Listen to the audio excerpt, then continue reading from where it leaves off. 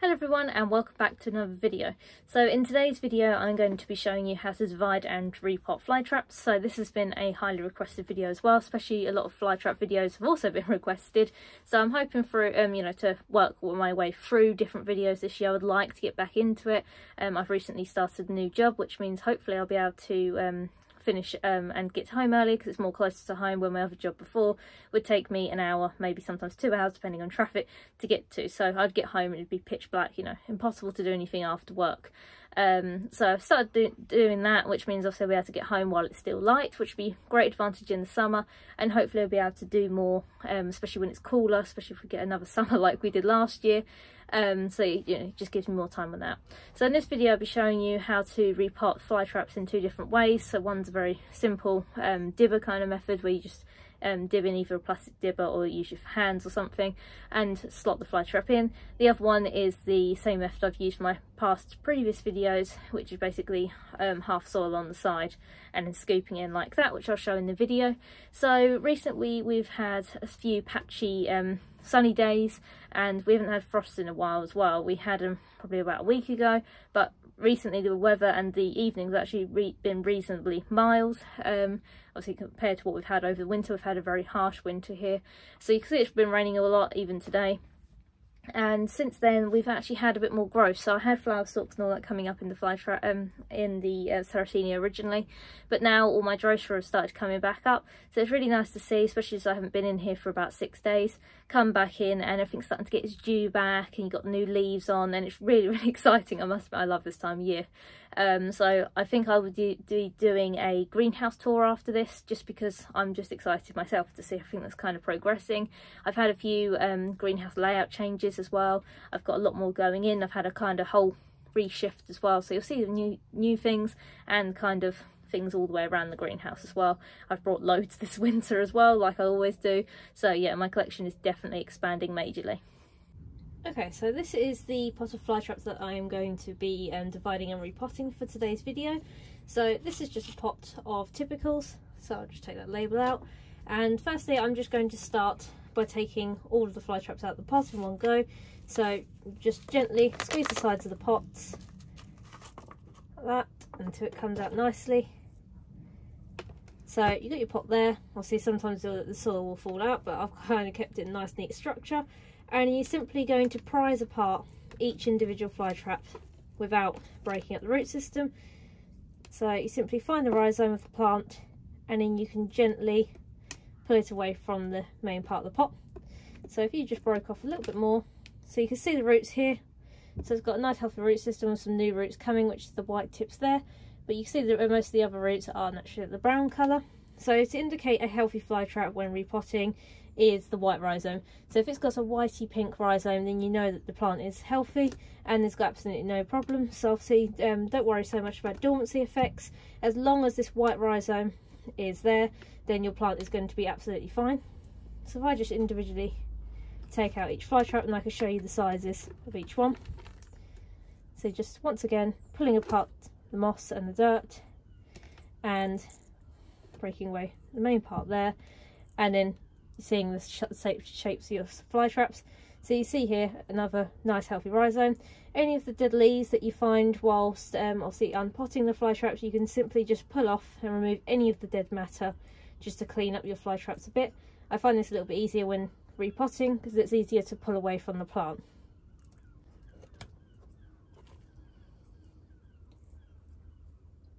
So you can see here that I've also got a couple of little ones. So once again, it's the same tactic. As long as you can see the parts of the plants, see this rhizome's a little bit more buried, and ever so gently pull it away from the moss and the dirt. So these little ones have a smaller root system, but you can still see that they've got a nice root system and the rhizome is still white and healthy.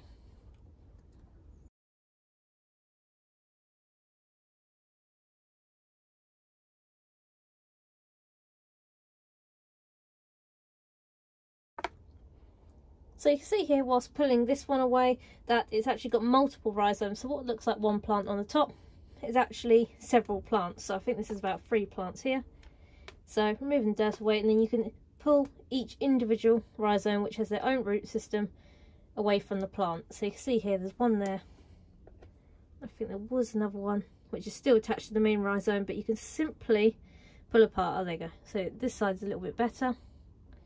You just pull that away nice and gently, and you've got 3 plants just there. So as you can see from that one pot, which looked originally like 5, you can see that I'm getting a good selection of fly traps. So you can see how easily some divide, and obviously how many you can actually get from just one pot. I think these originally were seed grown, so a lot of the little ones have probably been buried by the moss, so it's a good idea to repot, especially as the fly traps tend to grow downwards as they get a bigger rhizome, which means repotting is good after a couple of years, just so obviously you keep your fly traps fresh and healthy and near the surface of the soil. Okay, so you can see from just that one pot I've managed to get 8 different sized fly traps from that. So you could even see some of these smaller ones. I've only got a couple of traps, but you can still see right in the centre there it's got some new growth coming, and like I said, it's a nice white healthy rhizomes. So as long as you've got the nice rhizome, then your plant should be absolutely fine, and it doesn't matter how many traps on. Some of them will have absolutely none, especially if they're going through winter dormancy and they've been hit quite hard. So some of mine, while they vary, some of them keep their traps on each year despite the dormancy period, and some of them will die down completely to almost nothing. So there's nothing to worry about. Like I said, if you are that worried about your fly trap, whether it's dead or not, then the rhizomes are the easiest method to seeing whether your fly trap is alive or not. So I'm going to be using either one of these pots. So for the smaller ones, I may do a communal pot. So I have, say for example, these 4 in a pot, just based on space wise. You can pop them up individually if that is best for you, and you can use pots a little bit smaller for the smaller ones, but these are the size pots that I like to use. They're best for my space, and square pots is the most efficient way of saving space as well. So these ones here are my 7cm pots. So 7cm square pots. They're nice for young fly traps because they're still reasonably deep as well, so nice for root systems, and they fit in quite well and nicely. So you can see at the back here I've got all my Terracenia in these size pots. All my seedlings do quite well in these, and then for when I'm potting up into larger specimens, then I have these 9cm square pots, which are even deeper. I find these really nice for fly traps as well. Again, square pots are nice for a space efficiency, and also they do well for the mature plants. So I'm just going to move these ones over to the side, and then I will show you a couple of them being potted up. Okay, so this will be the mix that I'm using. So this is just the generic peat and perlite mix. So I just use the evergreen peat in the 100 litre bales and a massive bag of 100 litre perlite as well. I make up my own mixes, so this is roughly a ratio of 1 scoop of peat to 1 to 2 scoops of perlite. I don't necessarily usually measure them out so much. I usually fill up this whole big bucket, but for this video I thought I'd just use a small amount just to show you my consistency of mixture. So I'm going to show you the method that I prefer to pot up Venus flytraps. So there is a couple of methods for flytraps with larger root systems. I will pot up on the side in the bucket and then spoon the peat and perlite mix around the roots and build it up. But things with a root system that aren't too long, then I usually just grab a couple of fingers like this, and then I make a hole quite deep down into the mix. So using that hole there, you simply guide the roots in like that, so they go down as far as you can without obviously burying the fly trap, and then you can start pushing the media in around it. And then all I'll do is simply get another scoopful of media just to fill in where I have obviously made the gaps. So I don't like to compact the media too much with the fly traps. For Sarracenia it's a bit different, but with the fly traps I usually just do a looser mix until I tight it in, and just enough obviously over the top, but I don't like to squish it down. Okay, so I've just filled in around the plant pot there, just so it's held in. So you can see as you tip it on the side, the media doesn't actually fall over, so it's not so loose that it's all crumbly, but at the other time it's not so compact that it's obviously going to not allow root growth. So you want to position your fly trap just above, so the new growth is obviously showing.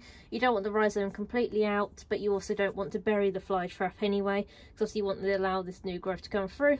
So I've got this one about that side, and then obviously in spring you'll see much more new growth, and the plant will then fill out the pot, so it'll make it look a little bit nicer. Okay, so I'm just going to finish up and repot the rest of them. I'll likely pot the rest of them, which are a little bit smaller in size, in the 7cm pots.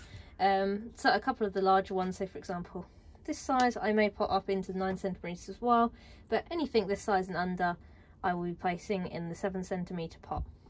So I'm just going to start again by filling up the pot and using the same method as before, just so obviously it's a little bit easier, and I may speed up this video just so I can show you at the end the result.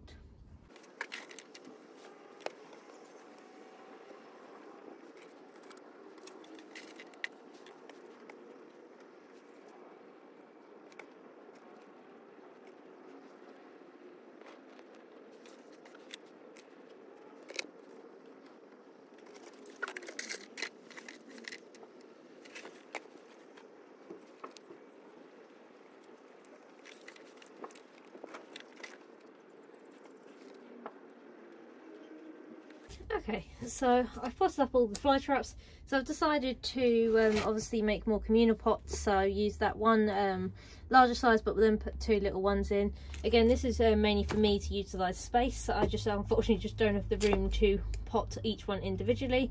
However, obviously several community pots of fly traps work really well. Obviously you see some growers have some amazing large round pots or even large square pots and bowls and containers with multiple fly traps in without the need of repotting for ages. Obviously I get the moss growth on top of mine, so I just like to keep on top of the repotting, and obviously little ones as well in a community pot like that. So then simply I will then fill up this tray with rainwater and let them absorb all the moisture in the peat, and then when they are fully moist I will then put them in the trays with the rest of my plants. Okay, I've just unpotted another fly trap, and I thought I would make another video section just to show you a different way of repotting. So I'm going to be showing you basically the same method that I use for my Sarracenia and even Joyce filiformis repotting, which is scooping the media on the side. I thought I'd just show 2 different methods of me repotting a fly trap, just for anybody who would like to use either or method, or even your own method if you have a certain way that you find better and easier for repotting your plants, then go ahead for that one. So as you can see here, I have got 5 separate divisions of the fly trap. So I've got the main large mummy division, as I'm going to call that one there, and then I've got smaller side division here. This bit here, as you can see, it's got no traps on, but it's a white rhizome and it's got a lovely root system, and this was simply the tail, as I'm going to call it, off the back of this one. So it had a very long rhizome here, and I decided to split this off, and I'll show you in a second what you can do with that. And then over here I've got a really tiny division, and this one here is from a flower stalk cutting from last year. So you can see here this brown bit that I'm holding is the old flower stalk, which has started to shrivel and die off. But if I spin it this way around, then you can see where the flower stalk was placed into the soil, and then from there you can see the tiny little fly traps which have started to form. So I'll try to do that without it unfocusing.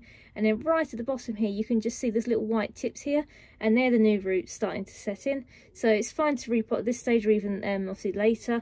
I decided to repot this because I was repotting the larger ones in it at the time. Sometimes I'll just stick the flower stalks around the pots rather than wasting more media and doing it separately. So this one works out quite well, and I'll put this one in its own little pot in order to develop a bit more, and then obviously I can repot each individual plant at a later stage.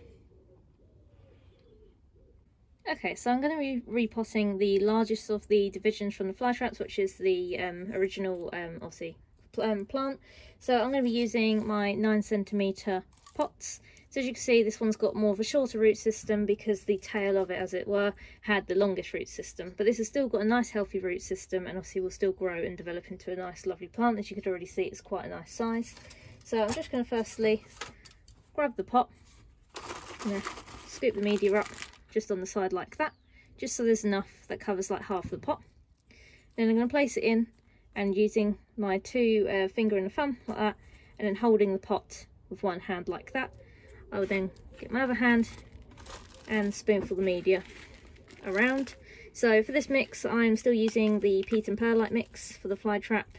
I might pot up a couple of them with my new Fragment Moss peat free kind of mix. So I've brought some Argentinian Fragment Moss, and I might do that in the video as well.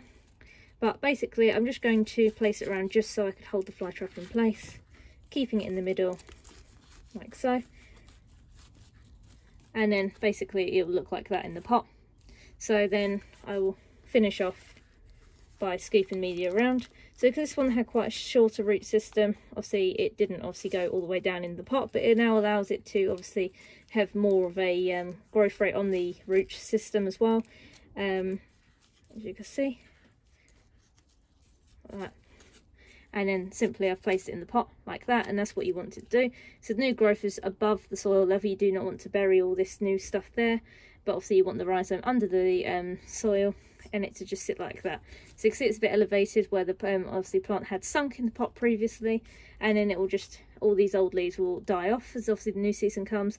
And you can see here it's got new traps coming as the weather started to warm up. We've got more sunny days, and then that obviously will develop into a nice looking plant as the season goes on.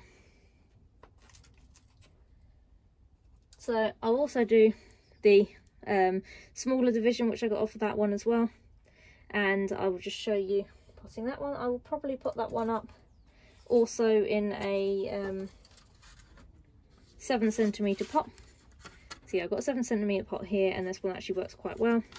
So using the same method as before, I'll scoop about half the media in like that, and then hold it. Hopefully I'll be able to get a bit better grip on this pot. For some reason I kept dropping the other one, which is not usually like me, but maybe it's because I'm at a different bench today.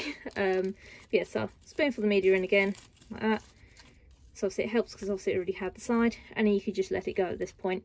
So you can see here that obviously I could put more around there, but it kind of just holds it in place. And then I'll just put a little bit more media around just to cover, so it's level with the top of the pot. And it allows you just to kind of push the fly trap very gently into the place that you want it to be. I like all mine to be in the middle, like so. And I just tap it down gently with my thumbs, and there you go, that's another one potted up. Okay, and then these lot all potted up as well. So with this little one here, you can see that I've placed the small division with the flower stalk, obviously cutting lot as well in here. So I'll cut the flower stalk off here, and I'll probably just do it to where the stub is here. You don't want to cut it too low at this stage, obviously just because it will get in the way of the fly traps. Obviously they didn't have much of a root system, so it's very easy for them to come loose and fall out of the pot. So they will obviously develop a nice root system as the year goes on, and hopefully they'll be big enough to divide by the end of the year. So coming back to the rhizome that I basically split off. So basically this is just a rhizome division, as it were, but obviously without any of the traps on.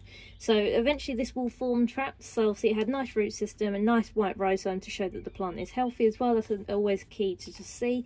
And I've taken off all the brown leaves that it had on the top. So this tail will basically then form its own kind of fly trap. So it's like how obviously Serratinia grow from obviously their rhizome, but this one's kind of a softer tissue, so it's easy to divide by just pulling it away with your fingers. And then obviously plant it up, and I plant it just above the soil level just so it stops it all from rotting, and eventually it will then form its own little plants. So this is one that I took in January at the beginning of the year from my Darwin. So this was the tail part of my Darwin, had no leaves or anything on. So you plant it up, and then eventually it will start creating its own little fly trap. So you can see here it's already got a few new leaves coming, so it's very new growth. I was really excited to see this. So I've never really done this before. I've done a couple in the past where obviously you've split them off, and I just thought potting them up and seeing it works. So I thought I'd try it this year with some of my cultivars just to see how it works. You know, if it does well with obviously propagating them, and so far it's obviously quite good. Obviously I'll see what result I get as the year goes on, but I do like the Darwin. It is a nice vigorous grower with really large traps, so it'd be nice obviously if I do get a nice mature kind of size division by the end of the year for this. So obviously I'll update you on how this division gets as well, but that's quite a nice way if obviously you accidentally even split it off yourself, or there's a bit of white rhizome with root on. Always worth planting up with, before chucking it away, because you'll be amazed obviously what kind of things you can get out of it. So last thing I'll just talk about in here is I'm just going through the last couple of my fly traps which I've got. So the last ones I've got here are some of the seed grown crosses that I've done. So these were done by me and my friend Planting Memories. We did these 2 or 3 years back now, and we basically combined all of our Flytrap cultivars together and crossed as many as possible. We got about, I think, 400 seeds from it all, and we've got various different crosses. Also they're all typicals when they come out, especially being grown from seed, but obviously it's nice to see the traits between the two. So obviously here we've got B52 cross dentate. So you don't really have much traits at the moment here. You've got some with some longer lashes, some which actually had some nice teeth. I do have some better examples. One example is this one, which I'm quite fond of, is UK2 cross Phalanx. So UK2 is quite a big grower, obviously big traps, and then Phalanx has got obviously the wonderful lashes, which is one of my favourite cultivars. So this one turned out quite well because automatically you could already see the really long lashes on it. So it's definitely got Phalanx kind of traits to it. And then obviously kind of a size of the UK2. So last year I actually had some really large traps on this thing, and it was really amazing to see. So you can kind of see the two traits of the parents there. Obviously again, it's typical. Obviously if I wanted to then name it and register it as a cultivar, it's kind of how obviously it goes about. So obviously I'll keep that one in mind, but I just really like it as a nice Flytrap specimen as it is. So I mentioned earlier about obviously using Argentinian Sphagnum moss. So I got this after a couple of other growers use it in the UK. So for example, Gary Wheeler is one of them from West Cornwall Carnivorous, and he was actually the one who suggested it to me. I brought this from the Sphagnum shop. So this is basically Argentinian Sphagnum. It comes dried in a block or bale. I'll probably put a picture actually when I received it. So it's basically like long fibred sphagnum, and I've mixed it here with perlite. So you can see here I've just moistened it through, so I don't use it dry. I always rehydrate it first. I'll just get some out of the box here. So this is basically what it looks like dry. So it's kind of like a flaky kind of obviously easy to pull apart kind of thing. Just comes dried and compressed, a little bit like some of the ones people find in garden centres and shops. I then rehydrate it with rainwater and then mix in obviously whatever I want. It doesn't really need the perlite. It's very obviously aerated as it is because it's long fibred, but I just thought I'd add in the perlite anyway, just to kind of bulk it up a bit and give a little bit more obviously depth to the substrate. So I was going to pot up my little seedlings in that mix. I've already used this a few times actually over winter. I got this probably a month ago now, and the rest of my stuff that I have been potting up, I've been potting up in that mix. So here I've got some of my Sarracenia seedlings. So this one's just Sarracenia flava Capri cross Sarracenia flava, and you can see here actually it's got nice little traps. They're all red at the moment with a little line in the middle, but this one is just in straight Argentinian Sphagnum. And then same with, I've got a big Flytrap community pot. So this is a 2 litre pot, and I decided to put 3 of my largest divisions in there. And I've got obviously, this is all just straight Argentinian Sphagnum as well. So I've done a couple of mixes with this kind of Sphagnum moss. I'm just trying to work on, you know, different mixes, using them with peat free. So I've used Koya, Melcourt barks, and kind of different mixes just to try out everything to do with peat free. I'm hoping to be peat free by the end of this year. So obviously just working on a couple of new things, and thought I'd try this out in a big block rather than keep buying the packets of moss from like B&Q or garden centres, which I find can be quite costly at the moment as well. Okay, so this is the Flytraps potted up using the Argentinian Sphagnum moss mix that I just showed you, mixed with the perlite. So you can see here them potted up, so basically very similar, and I use basically the same method as I did potting up your Flytraps, but just in a different mixture. So I know that obviously peat free stuff has been obviously highlighted a lot, both in the obviously garden news, media, but obviously as well within the carnivorous plant community, especially due to the peat ban, especially here in the UK. I know other countries don't obviously have the issue of peat free and can happily use peat, but obviously here I'm trying to reduce the amount of peat that I use, especially obviously growing carnivorous plants, which I know has become quite daunting for some growers and to a point even off-putting. And I want to obviously combat that and hopefully spread kind of more awareness of how obviously people could be peat free. I know several growers all around the UK have been peat free for ages now and found some nice mixes obviously that works well for them. So I've started obviously trialling over the, I've said, last 2 or 3 years now, trialling different mixtures. I just kind of want to try a bit of everything to see what works best for me. Obviously what some people say, you know, is really good and works, it might work really well, but sometimes I'm just a bit picky with what I use, and I kind of like something that is going to fit quite a lot of my plants rather than having to make up like 17 different mixes for each genus. As I keep quite a multiple of genus here, I try to obviously collect one of each genus as it were. So obviously because I've got quite an extensive collection of different plants, I like to obviously have a mixture that can suit a lot of plants as well. So obviously I'll talk about this more in more videos. I kind of want to press a lot on this matter this year, but yeah, it's quite a nice one to use. I'd say the Argentinian Fragment Moss. I know a lot of growers also use Fragment Moss as well. I've used it in the past. I quite like using it for either my seed growings or cuttings, so propagation wise it's quite a good media to use. This dried moss as well comes in bulk, so you can get a bit more, and it's a little bit you know, cheaper than getting a bag, as I mentioned previously, from a garden centre, which might be like 16 quid for what would get you, what, 3 pots maybe if you're doing a large potted plant. So obviously just kind of having a feel for what you can use as well. So that's how I go about dividing and repotting my fly traps, which is obviously very easy and simple. So it's great for obviously if this is your first year doing it, and obviously it's great as well to do it this time of year just before they go into full growth. So you can see the first couple of new leaves are coming out, so it's the perfect time to kind of divide and repot just as they're coming out of dormancy. So I mentioned earlier in the video obviously about peat free, so this subject especially in the UK is very important for gardeners and obviously commercial growers as well. So this is something also I obviously hope to talk more about within this year, which I mentioned earlier. So I will do a video covering all the different peat free kind of methods and what works with different genus as well later on in the year. So I just thought I would obviously mention about that as well, because it is important, even if obviously you don't need to go peat free because your country has obviously loads of peat and stuff. I just thought I'd talk more about the subject, because I know obviously many people especially have started talking about it because obviously of the peat ban, especially here in the UK. So hopefully in my next video I will be doing a greenhouse tour, so I'll be showing you kind of everything that's going on in here, which will be very exciting. So for now I will leave it there, but thank you all for watching and I hope you have a great day.